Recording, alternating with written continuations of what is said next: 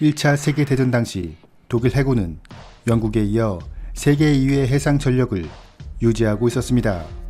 하지만 전쟁에서 패배한 독일군은 그들이 보유한 수상함들을 영국 오쿠니 제도에 직결시켜야 했고, 그곳에서 영국과 프랑스의 처분만을 기다려야 했습니다.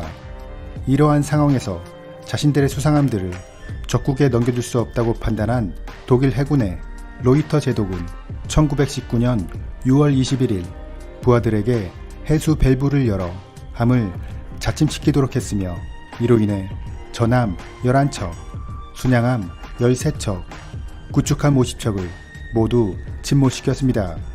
이후 독일은 베르사유 조약으로 인해 더 이상 해군력을 증강시키지 못했으며 유능한 전투함 설계 인력과 건조 기술들을 상실해야 했습니다. 1933년 독일의 수상이 된 히틀러는 그동안 자신들을 제약했던 베르사유 조약을 파기하고 본격적인 군사력 증강을 선언했으며, 이에 따라 독일 해군도 서둘러 전력을 증강하기 시작했습니다. 하지만 독일은 건함 설계 인력과 기술이 부족한 상태였기 때문에 이미 대규모 해군 전력을 보유한 영국과 프랑스를 따라잡기에는 시간이 부족했습니다. 새롭게 독일 해군의 총사령관이 된 레더 제독은 다음과 같은 전략을 조립했습니다. 영국 해군이 강하기는 하지만 그들은 식민지를 유지하기 위해 자신들의 함대를 전 세계에 분산시켜 놓았다. 그리고 영국 본토 함대에는 속도가 느린 구식 전투함만을 남겨놓은 상태다. 따라서 우리는 속도가 빠른 고속 전투함으로 영국 본토 함대를 따돌려야 하며 그대로 대서양으로 나가 통상 파괴전을 수행해야 한다.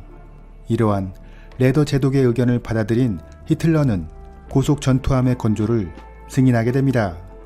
1936년 건조되기 시작한 새로운 전투함은 최초 프랑스의 리슐리웨급 전함을 상대할 수 있도록 35,000톤의 배수량과 15인치의 주포 그리고 30노트의 속력이 요구되었습니다. 하지만 전투함 건조 기술이 부족했던 독일은 35,000톤의 배수량에 모든 성능을 구현할 수 없었기 때문에 결국 기준 배수량을 4만 톤으로 늘리는 방법을 선택해야 했습니다. 이렇게 해서 1940년 1번함 비스마르크가 취역했고 1년 후에는 2번함인 티르피츠가 연이어 취역하게 됩니다. 이때는 미국의 아이오와급이나 일본의 야만토급이 아직 등장하기 이전이기 때문에 비스마르크급은 당시 기준으로 세계 최대의 전함이 되었습니다. 그럼 비스마르크의 성능에 대해 알아보겠습니다. 먼저 주포는 15인치의 2연장 포가 4기나 장착되어 있는데 분당 최대 3발을 발사할 수 있으며 최대 사거리는 36km입니다. 주포 실사격 훈련 당시 21km의 거리에서 112m의 포탄 분산도를 보였는데 이는 당시 기준으로 명중률이 매우 높은 것이었습니다. 비스마르크는 15만 마력의 힘을 가진 스크류를 3기나 장착하고 있어 30노트의 속력을 낼 수 있었습니다. 당시 연합군에도 30노트의 속력을 내는 전투함이 있기는 했지만 비스마르크처럼 강력한 공격력을 함께 겸비한 전함은 드물었습니다. 또한 독일은 당시 수준 높은 제철 기술을 보유하고 있었기 때문에 최고 수준의 장갑제를 사용할 수 있었습니다. 하지만 독일의 전투함 건조 기술은 1차 대전 수준에서 크게 달라진 것이 없었기 때문에 장갑제를 적절하게 배치하지 못해 방어 효율이 떨어진다는 단점이 있었습니다. 1941년 5월 독일 해군은 라인 연습 작전을 개시했습니다. 이 작전은 4척의 전투함을 대서양으로 진출시켜 영국으로 향하는 수송 선단을 파괴하는 것이었으며, 이를 통해 영국군 호위 함대의 시선을 분산시켜 유보트의 활동 범위를 넓히는 것이었습니다. 하지만 계획은 처음부터 틀어지기 시작했는데 작전에 참여하기로 되어 있던 샤른 호르스트 순양함의 기관부에 고장이 발생했고, 그나이 제너우 순양함은 영국 공군의 폭격에 피해를 입으면서 운항이 불가능하게 된 것입니다. 하지만 해군 사령관 레더 제독은 작전을 강행하기로 결심했습니다. 그는 이전에도 두 척의 전투함만으로도 통상 파괴 작전을 성공시킨 경험이 있으며 무엇보다 히틀러에게 해군의 존재감을 과시할 성과가 필요했기 때문입니다. 결국 라인 연습 작전은 세계 최대의 전함 비스마르크와 프린츠 오이겐 순양함 두 척이 수행하게 되었습니다. 5월 21일 비스마르크가 좁은 덴마크 해협을 통과하는 순간 영국군 정찰기가 이들을 발견했고 이 소식은 곧 영국 해군에게 통보되었습니다. 영국 해군은 덴마크 해협에 위치하고 있던 순양함 노포크와 서포크에게 독일 전투함들을 추격하도록 했는데 이들 순양함에는 탐지거리가 20km인 레이더가 설치되어 있어 비스마르크의 위치를 무선으로 보고하면서 추격하기 시작했습니다. 이때 추격 중이던 노포크가 너무 가까이 접근하는 바람에 비스마르크에게 발각되었고 이에 비스마르크는 노포크에게 함포 사격을 가했습니다. 하지만 비스마르크는 서둘러 대서양으로 진출해야 했기 때문에 전투에 적극적으로 임할 수는 없었습니다. 이렇게 비스마르크는 노포크를 잠시 따돌릴 수 있었지만 첫 함포 사격의 후폭풍으로 마스크에 달려있던 자신의 레이더가 고장을 일으키게 됩니다. 독일 전투함의 출항 소식에 근처에 있던 영국군 전투함들이 서둘러 직결하기 시작했는데 가장 먼저 현장에 도착한 전투함은 전함 후드와 프린스 오브 웨일즈 순양함이었습니다. 전함 후드는 비록 취역한 지 20년이 지나긴 했지만 15인치 함포 8문을 장착하고 있어 비스마르크 이전까지는 세계 최대의 전투함으로 불리고 있었습니다. 양측은 서로 격렬한 사격을 하며 거리를 좁히기 시작했는데 전투가 시작된 지 6분 후 비스마르크의 포탄 한 발이 후드의 상갑판을 뚫고 들어가 탄약고에서 폭발을 일으켰습니다. 이로 인해 탄약고의 화약이 연쇄 폭발을 일으키게 되었고 후드는 순식간에 두 동강이 나면서 3분 만에 침몰하게 되었습니다. 당시 후드에는 총 1419명의 승무원이 탑승하고 있었는데 전투 후 최종적으로 생존한 인원은 단 3명에 불과했습니다.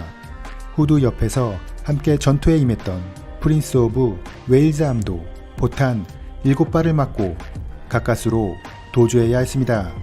비스마르크는 첫 전투에서 승리할 수 있었지만 포탄 한 발이 연료 탱크를 손상시키면서 연료가 유출되는 피해를 입었습니다.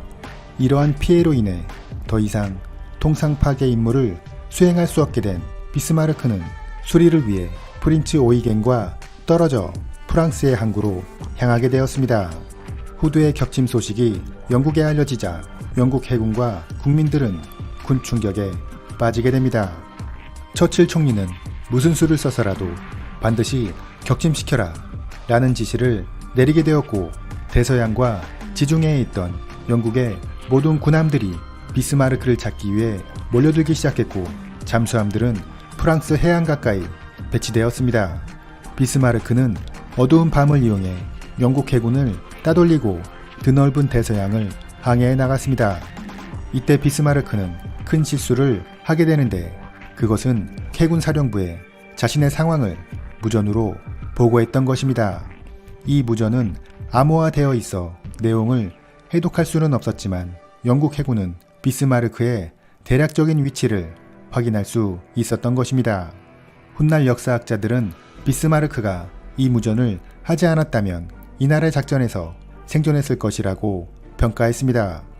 비스마르크의 대략적인 위치를 파악한 영국 해군은 그곳으로 카탈리나 비행정을 날려보냈고 이 비행정은 곧 프랑스의 브레스트 항구로 향하고 있던 비스마르크를 발견하게 됩니다. 이때가 5월 26일 오전 10시경으로 비스마르크는 브레스트 항구로부터 1200km 떨어진 지점이었는데 영국 해군은 24시간 안에 비스마르크를 잡지 못하면 추격을 포기해야 하는 상황이었습니다. 독일 공군이 비스마르크가 자신들의 항속거리 안으로 들어오기만을 기다리고 있었기 때문입니다. 시간이 부족했던 영국 해군은 아크로열 항공모함에서 소드피시 내격기 15대를 발진시켰습니다. 목표를 발견한 내격기들은 장착하고 있던 어뢰를 발사하기 시작했는데 그중 한 발이 비스마르크의 함미에 있던 방향타에 명중하게 되었습니다. 이 공격으로 비스마르크는 조타 능력을 완전히 상실하게 됩니다. 기동 능력을 완전히 상실한 비스마르크는 본국의 마지막 무전을 날린 후 그 자리에서 최후를 준비했습니다. 다음 날 아침 영국의 수많은 전투함들이 비스마르크를 향해 몰려들기 시작했고 그들은 비스마르크를 상대로 일제히 사격을 가했습니다. 비스마르크는 튼튼한 장갑으로 영국군의 포탄을 잘 막아냈지만 며칠 동안 잠도 제대로 자지 못하고 전투에 임했던 승조원들은 피로감이 쌓여 사기가 점점 꺾이고 있었습니다.